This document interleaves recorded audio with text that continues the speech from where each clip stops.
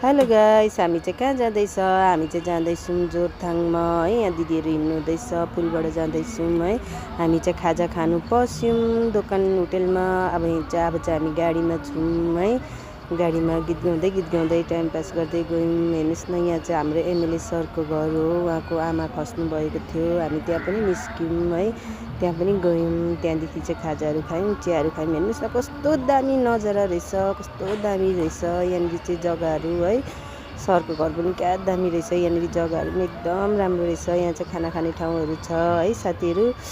त्यहाँबाट चाहिँ हामी दहीबडाहरू खायो, अनि त्यहाँबाट चाहिँ नजाराहरू हेऱ्यो है, फोटोहरू खिच्यौँ।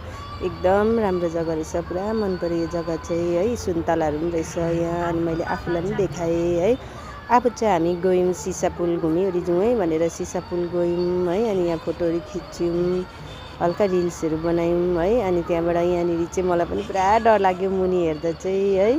पुरा डर लागेर हाँस्दै गएँ है। अनि यहाँ दिदीलाई पनि पुरा डर लागेछ, दिदीहरूले चाहिँ। अनि यहाँ दाजुको हात पक्रिराख्नु भएको छ डरले है। मुनि हेर्दा चाहिँ पुरा डर लाग्दो रहेछ। तर म चाहिँ मुनि नहेरिकन हिँडेँ। अनि यहाँ दाजुको हात पक्रिराख्नु भएको छ, दिदी चाहिँ पुरा डराइराख्नु भएको छ हो, हाँस्दा भएर। अनि त्यहाँबाट पुरा डराइराख्नु भएको छ दुईजना दिदीहरू चाहिँ।